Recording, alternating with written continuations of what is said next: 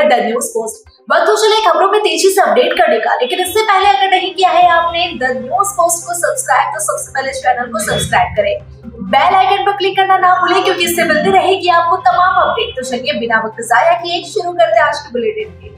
मुख्यमंत्री हेमंत सोरेन ने झारखंड मंत्रालय में आगामी पर्व त्योहारों को देखते हुए राज्य में विधि व्यवस्था संधारण की उच्च स्तरीय समीक्षा की। मौके पर मुख्यमंत्री ने वरीय पुलिस अधिकारियों को आवश्यक दिशा निर्देश दिए। मुख्यमंत्री हेमंत सोरेन ने पुलिस अधिकारियों को निर्देश दिया कि होली, सरहुल, ईद, रामनवमी इत्यादि त्योहारों के मद्देनजर राज्य में बेहतर विधि व्यवस्था का संधारण हर हाल में सुनिश्चित करे।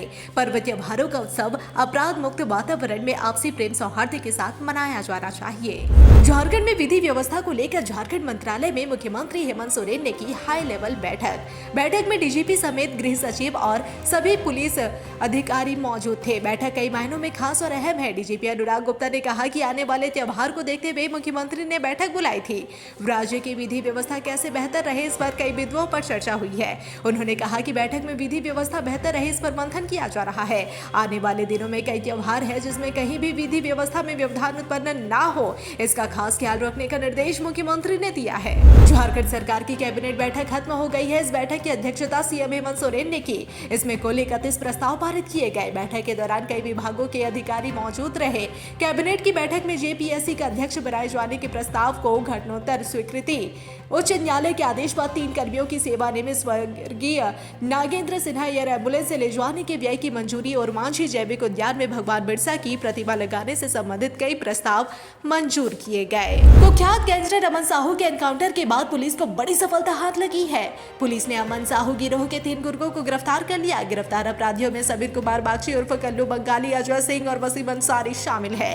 गिरफ्तार अपराधियों के पास से एक पिस्तौल, 2 देसी कट्टा, 4 कारतूस और बाइक भी बरामद हुए हैं। बता दें कि इन तीनों अपराधियों का पूर्व में भी आपराधिक इतिहास रहा है। डीआईजी सह एसपी चंदन सिन्हा के निर्देश पर पुलिस की टीम ने तीनों को गिरफ्तार किया है। पुलिस की इस लगातार कार्रवाई से अपराधियों में खलबली मच गई है। झारखंड विधानसभा में बजट सत्र के दौरान 1 और 2 मार्च को सिर्फ 2 दिनों में 10 लाख से ज्यादा का खाना परोसा गया, वो भी शनिवार और रविवार को, जब विधानसभा में सभी विधायक मौजूद नहीं थे। 81 में से सिर्फ 20 विधायक ही ट्रेनिंग में पहुंचे, लेकिन 500 लोगों को खाना परोसा गया। ऐसे में अब सवाल ये है कि इतना खाना खिलाया किसे गया। यही नहीं, इसके भुगतान के लिए रेस्टोरेंट की तरफ से विधानसभा के प्रभारी सचिव को बिल भी भेजा गया। बिल में बताया गया है कि विधानसभा में ट्रेनिंग के दौरान 500 लोगों को खाना परोसा गया, जिसकी एक प्लेट की कीमत 900 रुपए और 500 प्लेट की कीमत 4,45,000 रुपए है। इसके अलावा हाई टी 200 की कीमत 200 रुपए प्रति प्लेट लिखी गई। इसके बाद 200 लोगों के लिए चाय विद कुकी की कीमत 40 रुपए बताई गई। इसी तरह 2 दिनों का बिल बनाया गया, जिसमें कुल 10,45,800 का भुगतान किया जाना है। बिल सीजन रेस्टोरेंट लालपुर का है। अब सवाल यह है कि अगर सत्र के दौरान विधायक समेत सभी को शामिल कर ले तो भी सदन में 100 से ज्यादा लोग नहीं थे। बावजूद इसके दूसरे दिन यानी कि 3 मार्च को पहले दिन की तुलना में कम विधायक और कार्यकर्ता सदन में मौजूद थे, तो सवाल उठना लाजमी है कि आखिर इतना खाना किसे खिलाया गया।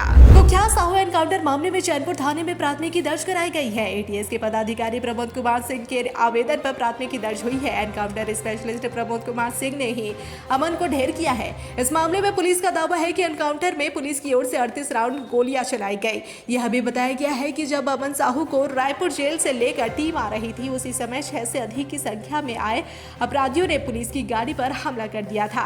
इसी का फायदा उठाकर अमन साहू भागने लगा था और पुलिस की बंदूक छीनकर जवान पर गोली चलाई थी। इसी दौरान दोनों ओर से हुई गोलीबारी में अमन को पुलिस ने ढेर कर दिया। पोस्टमार्टम के बाद अमन साहू का शव पुलिस के पास पड़ा हुआ है। जानकारी के अनुसार परिवार के कोई भी सदस्य फिलहाल शव लेने नहीं पहुंचा है। पुलिस परिजनों के आने का इंतजार कर रही है। अमन साहू के उसके परिजन इंजीनियर बनाना चाहते थे, लेकिन कोयलांचल में सक्रिय रहे भोला पांडे व सुशील वास्तव गिरोह के गुर्गों की चकाचौंध देख वह अपराध की दुनिया में उतर गया। 1995 में पिठौरिया में जन्मे अमन ने मैट्रिक की परीक्षा 2010 में 78% अंक से की थी। इसके बाद परिजनों ने उसका दाखिला मोहाली में information technology and computer science में करा दिया। वहां से उसने 62% अंक के साथ डिप्लोमा किया। 2012 में डिप्लोमा के बाद उसकी पहचान प्रतिबंधित संगठन झारखंड जनमुक्ति मोर्चा के तत्कालीन सुप्रीमो कुलेश्वर सिंह से हुई। संगठन के लिए रंगदारी मांगने के केस में पहली बार अमन पर पतरातू थाने में 10 मई 2012 को केस दर्ज हुआ। इसके बाद वह पतरातू क्षेत्र में लगातार रंगदारी के लिए वारदात करने लगा। 2015 में पहली बार वह गिरफ्तार किया गया। जेल में उसकी पहचान सुजीत सिन्हा से हुई। इसके बाद उसके साथ मिलकर अमन ने नया गिरोह बनाया। साहू ने अपने व गिरोह के नाम पर खौफ स्थापित करने के लिए सोशल मीडिया का भी खूब इस्तेमाल किया। इस पर अत्याधुनिक हथियार के साथ तस्वीरें पोस्ट करने का शौक अमन को था। रंगदारी मांगने के लिए भी वह अंतर्राष्ट्रीय नंबरों से धमकी भरे कॉल करवाता था। इसके बाद व्हाट्सएप पर भी अपनी तस्वीरें भेजकर कारोबारियों को धमकाता था। इस दौरान वह अपने गिरोह को सुजीत सिन्हा के साथ मिलकर संचालित किया करता था। लेकिन 2022 के बाद अमन और सुजीत ने अलग अलग गिरोह चलाना शुरू कर दिया था। गिरिडीह के प्रतापपुर बिजली पावर सब स्टेशन में अपराधियों ने लूटपाट की एक बड़ी घटना को अंजाम दिया है। अपराधियों ने पहले पावर सब स्टेशन में कार्यरत 2 रात्रि कर्मियों को निशाना बनाते हुए उनके साथ मारपीट की और उसके बाद उनके 2 पहिया वाहन व नकदी सहित सोने की अंगूठी लूट ली। इसके बाद उन्होंने बिजली सब स्टेशन में लगे 32 पीस बैटरी और एक एलसीडी को भी लूट लिया। बताया जा रहा है कि निमिया घाट स्थित प्रतापपुर बिजली सब स्टेशन में मंगलवार की देर रात 12 से 13 की झुंड में आए अपराधियों ने इस घटना को अंजाम दिया है। गिरिडीह जिले के बागोदर थाना क्षेत्र अंतर्गत हरिहर धाम मंदिर में एक नाबालिग की शादी हो रही थी। जैसे ही इसकी भनक बागोदर पुलिस को लगी, हरिहर धाम मंदिर में पहुंचकर शादी रुकवा दी। इधर इस घटना की सूचना पर स्थानीय एनजीओ बनवासी विकास आश्रम के सदस्य भी हरिहर धाम पहुंचकर शादी को रुकवाने में सफलता हासिल किए। हालांकि इस शादी को भी रुकवाने को लेकर दोनों पक्षों ने काफी जोर लगाए और शादी रुकवाने से इनकार करते हुए किसी की बात मानने से इनकार कर दिया। होली को लेकर जमशेदपुर के सभी बाजार सज-धज कर तैयार हो चुके हैं। शहर में होली को लेकर खासा उत्साह देखने को मिल रहा है। बच्चों से लेकर बड़ों के लिए बाजार सज-धज कर तैयार है। बच्चों के लिए तरह तरह के पिचकारी से लेकर बड़ों के लिए हर्बल रंग और अबीर से पूरा बाजार भरा हुआ है। बच्चों के लिए डोरेमोन से लेकर पुष्पा का कुल्हाड़ी पिचकारी के रूप में बिक रहा है, तो वही इस बार यूपी के बुलडोजर बाबा का बुलडोजर भी पिचकारी के रूप में नजर आ रहा है। वहीं इस बार हर्बल रंग और अबीर लोगों को काफी पसंद आ रहा है। हर्बल रंग और अबीर लगाने से शरीर पर इसका असर नहीं होता, जिससे सुरक्षित तरीके से लोग होली का आनंद उठा सकेंगे। ग्राहकों की पहली पसंद हर्बल रंग और अबीर होती है, जिसे लेकर दुकानदार भी अपनी दुकानों में हर्बल रंग और अबीर रखे हुए हैं। दुकानदारों की माने तो इस बार थोड़ी महंगाई है, पर ग्राहकों में उत्साह की कमी नहीं देखी जा रही। वही लोगों का कहना है कि वर्ष में एक बार होली का त्योहार आता है, सभी को होली का इंतजार रहता है। ऐसे में अब चाहे महंगाई ही क्यों ना हो, पर होली धूमधाम से मनाया जाएगा। एक कॉलेज के छात्र ने कहा कि होली बच्चों का पर्व है, जिसे काफी हर्षोल्लास के साथ मनाया जाएगा। इस त्योहार में लोग एक दूसरे से मिलते हैं और यह पर्व भाईचारा का संदेश देता है। बुधवार सुबह दुमका जिला के मुफस्सिल थाना क्षेत्र के फोसारो ब्रिज के पास एक चलती ट्रक में आग लग गई। बीच सड़क ट्रक धू कर जलने लगा। मौके पर अफरा तफरी मच गई। चालक ने सूझबूझ से अपनी जान बचाई। सूचना मिलने पर फायर ब्रिगेड मौके पर पहुंची। सूचना मिलते ही नगर थाना की पुलिस और दमकल की गाड़ी मौके पर पहुंची और कड़ी मशक्कत के बाद आग पर काबू पा लिया गया। ट्रक पर दाल लोड था। बताया जा रहा है कि ट्रक का टायर ब्लास्ट होने के कारण ट्रक में आग लगी थी। एनकाउंटर में मारे गए गैंगस्टर अमन साहू की संपत्ति झारखंड एटीएस जब्त करने की तैयारी में जुट गई है। इसके लिए एटीएस टीम झारखंड से नेपाल तक जुटाई संपत्ति की जानकारी जुटा रही है। एटीएस पता लगा रही है कि गैंगस्टर ने किन किन सफेद पोश के नाम से संपत्ति खरीद रखी है। उन संपत्तियों के मौजूदा मालिकों से पूछताछ होगी। सभी को नोटिस देकर बुलाया जाएगा। हालांकि एटीएस टीम ने अमन की रांची की कुछ संपत्तियों की जानकारी पहले ही जुटा रखी है। उसके करीबियों से इसमें पूछताछ भी की है और एटीएस का कहना है कि उसके भाई आकाश से भी पूछताछ की जाएगी। डुमरी वनांचल चौक से फुटपाथ पर स्थित 2 दुकानों में बीती रात भयंकर आग लगने से दुकान में रखे सारा सामान जलकर राख हो गया। हालांकि इस घटना में किसी की जनहानि नहीं हुई। घटना की सूचना पर डुमरी पुलिस द्वारा तुरंत फायर ब्रिगेड को गिरिडीह से बुलाया गया, लेकिन फायर ब्रिगेड के पहुंचने के पहले ही 2 दुकानों में पूरी तरह आग फैल चुकी थी। हालांकि स्थानीय लोगों को आग पर काबू पाने के लिए भारी मशक्कत करनी पड़ी। वहीं स्थानीय मुखिया खेमलाल महतो के अथक प्रयास से डुमरी चौक के कई दुकानों में आग लगने से बचाया गया। हालांकि तब तक फायर ब्रिगेड की टीम पहुंच चुकी थी। इस घटना में सुधीर कुमार की खैनी दुकान, जिसमें लाखों रुपए का खैनी सहित अन्य सामान जलकर राख हो गया। सुधीर कुमार के अनुसार इस घटना में 2.5 से 3 लाख रुपए की क्षति हुई है। वहीं शंभू कुमार के अनुसार उनका पूजा का भंडार था। इस घटना में उनका सारा दुकान जलकर राख हो गया और उन्हें 2.5 लाख की क्षति हुई है। अमन का अंत के बाद मयंक और राहुल ने खुद को संगठन का नया सरगना घोषित कर दिया है। सोशल मीडिया पर वायरल पोस्ट में इस बात का दावा किया गया है कि अब इन्हीं दोनों के हाथों में गिरोह की बागडोर होगी। कहा जाए तो गैंगस्टर अमन साहू का एनकाउंटर के बाद गैंग का नया बॉस मयंक सिंह और राहुल सिंह होगा। इस बात का ऐलान बुधवार को मयंक सिंह की ओर से सोशल मीडिया पर एक प्रेस रिलीज जारी कर दिया गया है।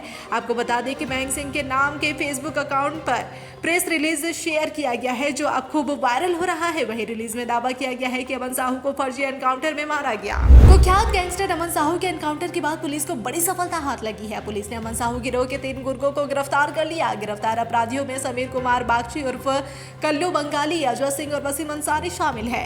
गिरफ्तार अपराधियों के पास एक पिस्तौल, 2 देसी कट्टा, 4 कारतूस और बाइक भी बरामद हुई है। बता दें कि इन तीनों अपराधियों का पूर्व में भी आपराधिक इतिहास रहा है। झारखंड में गैंगस्टर अमन साहू का भले ही खात्मा हो गया हो, लेकिन उसके गुर्गे अब बदला और बगावत का नारा बुलंद करते नजर आ रहे हैं। सोशल मीडिया अकाउंट पर लगातार पोस्ट कर लिखा जा रहा है कि अमन साहू का एनकाउंटर कब होगा।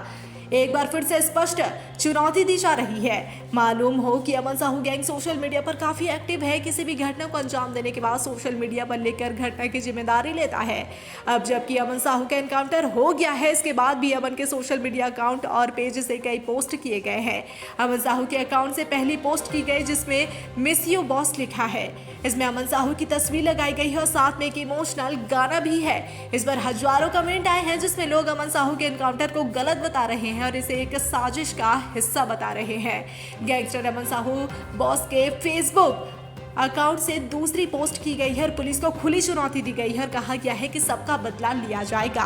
किचन का नाम आते ही अक्सर हमारे जहन में दाल, चावल, तेल, मसाले आदि का ख्याल आता है, मगर अब एक किचन से खैनी ताश के पत्ते और करीब 9,000 रुपए के अलावा अन्य आपत्तिजनक सामान मिले तो कई सवाल खड़े होने लाजमी हैं। आपको बता दें कि कुछ इसी तरह का मामला रामगढ़ जिले से सामने आया है। एसपी अजय कुमार के नेतृत्व में बुधवार के तड़के करीब 4 बजे पुलिस अधिकारियों की टीम उपकारा रामगढ़ का औचक निरीक्षण करने पहुंची। अधिकारियों को सूचना मिली थी कि जेल में मोबाइल फोन का इस्तेमाल किया जा रहा है। कई कैदी जेल से फोन कर रहे हैं। पुलिस अधीक्षक अजय कुमार के नेतृत्व में जब टीम उपकारा रामगढ़ पहुंची तो वहां के किचन से टीम को भारी मात्रा में खैनी ताश के पत्ते, करीब 9,000 रुपए, कुछ कागजात और दर्जन भर से अधिक टेलीफोन नंबर बरामद किए गए। इन चीजों को किचन के अन्य सामान के डिब्बों में छिपा कर रखा गया था। छापेमारी कर निकली टीम ने बताया कि यह एक गंभीर मामला है। इसमें जेल के कुछ कर्मियों की मिली भगत से इनकार नहीं किया जा सकता।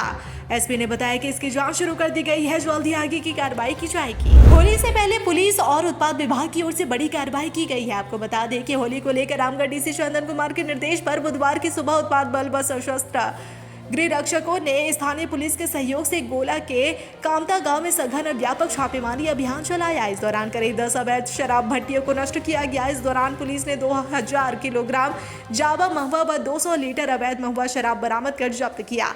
इस दौरान कामता गांव निवासी विश्वेश्वर साव, छोटू उर्फ हितलाल साव, समीर साव, भीम साव, जगदीश साव, उमा उर्फ ओम प्रकाश सहित अन्य कई के विरुद्ध मामला दर्ज किया गया है। पूर्व विधायक कमलेश कुमार सिंह के आवासीय कार्यालय परिसर में होली मिलन समारोह का आयोजन किया गया। कार्यक्रम में मुख्य रूप से भाजपा के वरिष्ठ नेता विनय कुमार सिंह उर्फ बिनू सिंह, राम प्रवेश सिंह, विनोद पांडे, अजय प्रसाद गुप्ता सहित नेता व कार्यकर्ता शामिल हुए। इस मौके पर सभी ने एक दूसरे को अबीर गुलाल लगाकर होली की शुभकामनाएं दी। मौके पर सांस्कृतिक कार्यक्रम का आयोजन भी किया गया। लोक कलाकारों ने होली पर एक से बढ़कर एक गीत व नृत्य प्रस्तुत कर सभी को फगुआ के रस में विभोर कर दिया। इस मौके पर भाजपा नेता विनय कुमार सिंह उर्फ बीनू सिंह ने कहा कि होली सामाजिक समरसता को मजबूत करने का त्योहार है। उन्होंने कहा कि जिस तरह होली के रंग एक दूसरे से मिलकर खूबसूरती बिखेरते हैं, उसी तरह समाज के भिन्न भिन्न संस्कृति के लोग जब आपस में मिलकर एक दूसरे के पर्व त्योहारों में शामिल होते हैं तो एक सुंदर भारत की तस्वीर उजागर होती है। उन्होंने कहा कि होली सनातन समाज की संस्कृति से जुड़ा है। झारखंड के मेडिकल कॉलेजों से पढ़ाई कर 3 साल तक सरकारी सेवा में नहीं रहने वाले डॉक्टरों को आर्थिक क्षतिपूर्ति देनी होगी। मुख्यमंत्री हेमंत सोरेन की अध्यक्षता में हुई कैबिनेट की बैठक में पूर्व के फैसले में संशोधन करते हुए सरकार ने पहले साल में सरकारी सेवा छोड़ने वाले डॉक्टरों के लिए 30 लाख रुपए की क्षतिपूर्ति को बरकरार रखा है, लेकिन दूसरे साल में छोड़ने वाले ऐसे डॉक्टरों को शेष 3 साल की सेवा तक 1.25 लाख रुपए प्रति माह देना होगा। कैबिनेट सचिव वंदना डाडेल ने जानकारी देते हुए बताया कि आज की बैठक में कुल 31 प्रस्तावों को मंजूरी दी गई है, जिसमें झारखंड मालकर एवं सेवा अधिनियम विधेयक 2025 को कैबिनेट विधानसभा के चालू सत्र में पेश करने की मंजूरी दी गई है। राज्य सरकार ने कैबिनेट की बैठक में खान एवं भूतत्व विभाग के एक महत्वपूर्ण प्रस्ताव पर निर्णय लेते हुए राज्य की कंपनियों द्वारा पावर रेगुलेटेड सेक्टर को दिए जाने वाले कोयले पर स्वामित्व रॉयल्टी की वसूली की तरह अन्य गैर पावर रेगुलेटेड सेक्टर को दिए जाने वाले कोयले पर रॉयल्टी वसूलने का निर्णय लिया। गौरतलब है कि 80% कोयले की आपूर्ति पावर रेगुलेटेड कंपनी को की जाती है, जिस पर 14% GST लगता है।